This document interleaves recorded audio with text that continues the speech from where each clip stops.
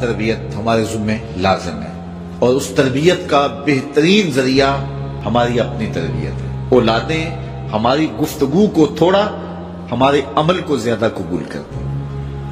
آج لوگ ہمارے پاس آتے ہیں، جی ہمارا بچہ نماز نہیں پڑھتا، چلو ہم نہیں پڑھتے یہ تو پڑھے، تو میں کہتا ہوں یہ کیوں پڑھے؟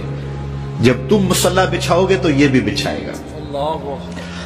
تو ہم نے اپنے عمل سے اپنی اولاد کو جو ہے وہ سیدھا کرنا ہے اور ان کو درست راستے پہ لانا ہے۔ بالخصوص بچے جب چھوٹے ہوتے ہیں اس وقت وہ ماں باپ کی بات کو غور سے سنتے ہیں، انہیں ماں باپ سے بہت زیادہ محتاجی ہوتی ہے، ضرورت مند ہوتے ہیں، اور ماں باپ کی عادات کو کاپی کرتے ہیں، اور عموماً ہم بچوں کو اس عمر میں توجہ نہیں دیتے۔ 4 سال سے لے کر کے 8-9 سال تک کی عمر کا بچہ انتہائی توجہ کا مستحق ہے کہ ماں بھی توجہ دے، باپ بھی توجہ دے۔ اس کے بعد پھر آہستہ آہستہ وہ مانوس ہونے لگتا ہے اپنے دوستوں سے، اور بالخصوص 12-13 سال کے بعد وہ مانوس ہو جاتا ہے اپنے دوستوں سے۔ پھر اس نے جو سیکھنا ہے وہ دوستوں سے سیکھتا ہے۔ اگر دوست اچھے ہوں گے وہ اچھائیاں سیکھ جائے گا، اگر دوست برے ہوں گے تو وہ برائیاں سیکھ جائے گا۔ اس وقت ہم پریشان ہوتے ہیں کہ ہماری اولاد ہمارے پاس بیٹھتی نہیں ہے۔ اصل اس کی اب بیٹھنے کی عمر نہیں رہی، کیونکہ وہ تمہارے ہم عمر نہیں ہے کہ تمہارے ساتھ بیٹھیں، اور اب وہ بچے بھی نہیں رہے تو وہ اپنی ہم عمر نسل کو تلاش کریں گے۔ اس وقت ہم اگر اولاد کو کھینچیں گے تو وہ ہمارے پاس نہیں آئے گی۔ وقت جو تھا وہ ہم نے ضائع کر دیا۔ لیکن ہمیں پھر بھی اس دور میں اولاد سے غافل نہیں ہونا چاہیے۔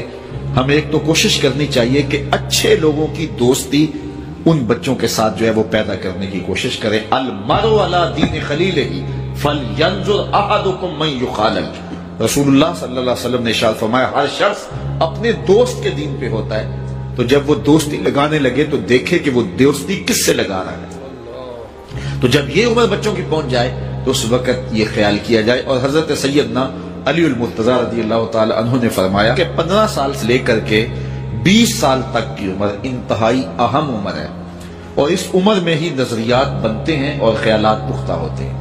تو جس نے اس عمر کو سنبھال لیا اس نے اپنی زندگی سنوار لی، اور جس کی یہ عمر بگڑ گئی اس کا سب کچھ بگڑ گیا۔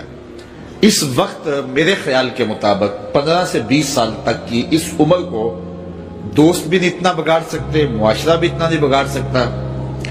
اس عمر کو اس وقت سب سے زیادہ جو چیز بگاڑ رہی ہے وہ ہمارا سوشل میڈیا ہے، ہمارا الیکٹرانک میڈیا ہے، اور یہ موبائل جو ہر بچے کے ہاتھ میں آ گیا ہے۔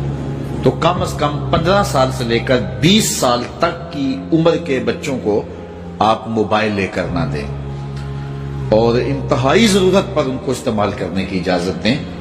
باقی ان کو اس عمر کے اندر اگر آپ نے اجازت فراہم کر دی اور وہ آپ کے کہے میں نہ رہے تو یہ ایسی بربادی ہے، ایسی تباہی ہے کہ جس کا ازالہ بعد میں بہت مشکل ممکن ہوگا۔ اس لیے اس وقت سب سے زیادہ ہمیں جو چیز نقصان پہنچا رہی ہے، ہماری معاشرت کو جو چیز کھوکھلا کر رہی ہے وہ یہ چیز ہے۔ یہ میں کل کی ایک رپورٹ پڑھ رہا تھا انڈیا کی، کہ انڈیا کا جو معاشرہ ہے اس میں جو نوجوان ہیں وہ بالکل اس میڈیا کی وجہ سے برباد ہو گئے، اور پاکستان میں بھی اس کے اثرات جو ہیں وہ بہت سارے ہیں۔